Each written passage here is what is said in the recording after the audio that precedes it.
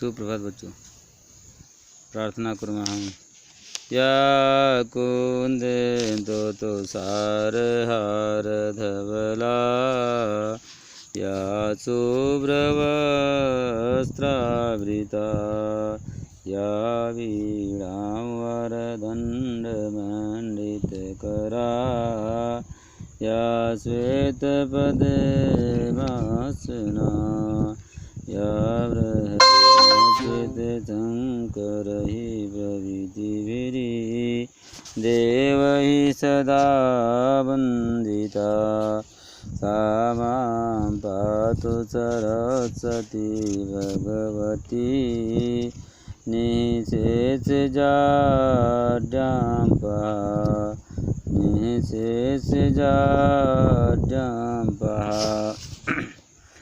आज हम लोग सबसे पहले देखते हैं हिंदी गद्य साहित्य के विकास के बारे में कि हिंदी गद्य साहित्य का विकास कैसे होता है कि मानव प्रकृति से व्यक्ति की अद्भुत क्षमता प्राप्त होती है और भाषा के माध्यम से वह अपने विचारों भावों अनुभूतियों आदि को दो प्रकार से व्यक्त करता है।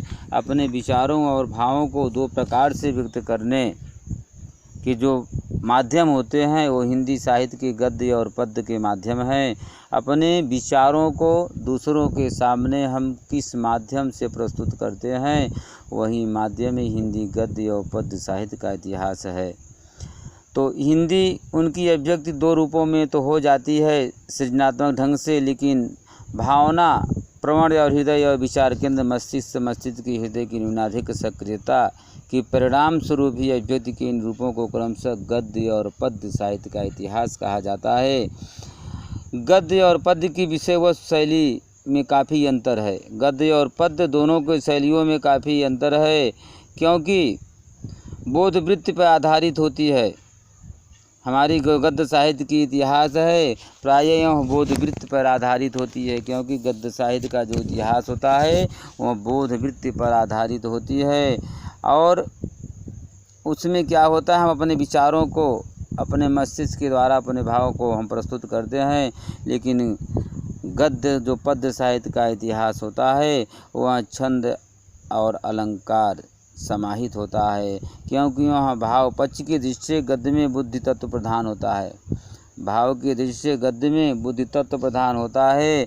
और इसमें जो हमारे पद्य साहित्य का इतिहास है इसमें छंद का प्रधान होता है, क्योंकि छंद ही मेन होता है। तो गद्य कवीनाम निक्सम वदन्ति, फिर कहा जाता है कि गद्य कवीनाम निक्सम वदन्ति। गद्य कवीनाम निक्सम वदन्ति, अपने विचारों एवं भावों को व्यक्त करना ही हमारा गद्य साहित्य का इतिहास है। जिस माध्यम से हम अपने विचारों का आदान प्रदान करते हैं वही गद्य साहित्य का इतिहास है। गद्य कवीनाम निक्सम वदन्ति। गद्य का लक्ष्य विचारों अथवा भावों पर आधारित होता है। गद्य कवि विचारों और भावों पर आधारित होता है। और गद्य में छंद और अलंकार नहीं होता है। गद्य साहित्य के इतिहास में छंद और अलंकार नहीं होता है। उस गद्य के अनेक भेद होते हैं। इतिहास, जीवनी, यात्रा आदि के वर्ग होते हैं। विज्ञान, सौंदर्य आदि होते भी हैं। ये कई तरह के इसमें विभक्तियाँ पाई जाती है। और हम देखते हैं कि हिंदी गद्य का आविर्भाव, जो हमारे हिंदी गद्य साहित्य का इतिहास है, उनका आविर्भाव 19वीं शताब्दी के आसपास माना जाता है। हमारे हिंदी गद्य साहित्य का जो आविर्भाव है, जो विकास है, वो 19वीं शताब्दी के आसपास माना जाता है। उस समय क्योंकि मध्यकालीन रूढ़ियों से मेरा देश मुक्त हो गया था। उस समय मेरा देश मध्यकालीन नियमों, रूढ़ियों और विचारों से मुक्त हो गया था और पश्चिम में या तो ही नवीन संस्कृत चेतना को वहाँ अपना रहा था। उन चेतनाओं के द्वारा ही मेरे गद्य साहित्य का विकास मेरे क्षेत्र में होता है, हमारे मन में होता है, हमारे विचारों में होता है।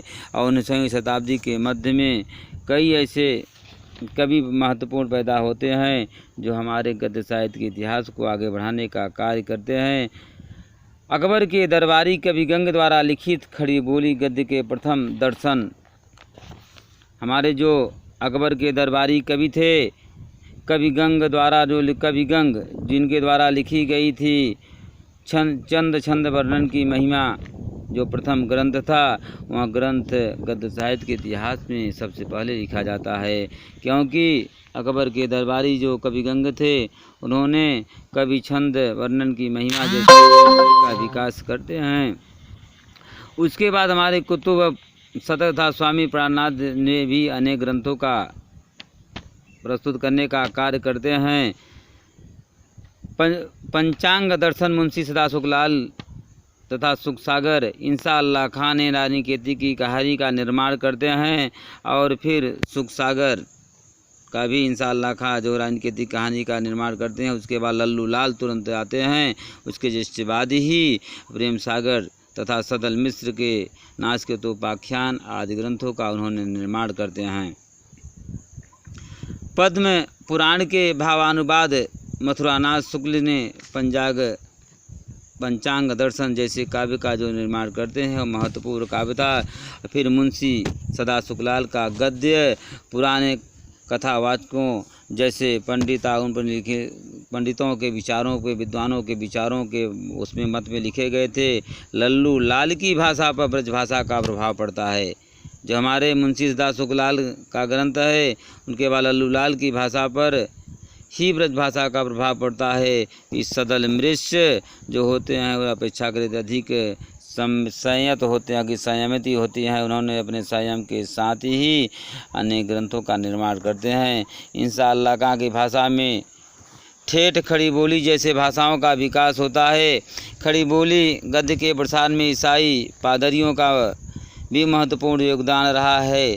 उन्होंने बाइबिल का खड़ी बोली में अनुवाद कराया और उसे उत्तर भारत के विभिन्न स्थानों पर बांटकर उन्होंने अपने धर्म के साहित्य को भी आगे बांटने का कार्य करते हैं, और हिंदी को अपनी अभिव्यक्ति का माध्यम बनाया तथा उन्होंने दयानंद सरस्वती ने अपने में उसको माध्यम बनाने के बाद सत्यार्थ प्रकाश की रचना का कार्य करते हैं। सत्यार्थ प्रकाश जैसे काव्य का उन्होंने निर्माण करते हैं। फिर 19वीं शताब्दी के मध्य में राजा से सितारे हिंद जैसे आते हैं। उन्होंने हिंदी गद्य का अरबी एवं फारसी में जो मिश्रित थी उसका निर्माण करते हैं। फिर उसके बाद लक्ष्मण सिंह सेन आते हैं, या विशुद्ध संस्कृत गर्भित हिंदी को पसर देते हैं, उसका आश्रय देते हैं। फिर बाबा भारतेंद्र हरिश्चंद्र जो महत्वपूर्ण कवि हमारे हिंदी गद्य साहित्य के इतिहास के भारतेंद्र के महत्वपूर्ण कवि रचनाकार भारतेंद्र हरिश्चंद्र आते हैं। उनका उदय होता है। भारतेंद्र ने उनके अनोखी प्रतिभा एवं महान व्यक्ति के तत्कालीन विचारों को स्वभावों को वहाँ पर निर्माण करते हैं।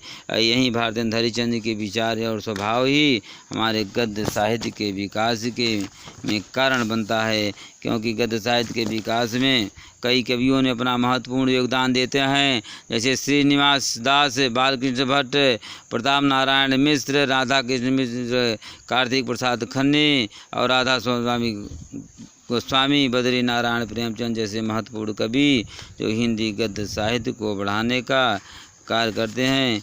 इन्होंने अपने काव्य को महत्वपूर्ण योगदान देते हैं।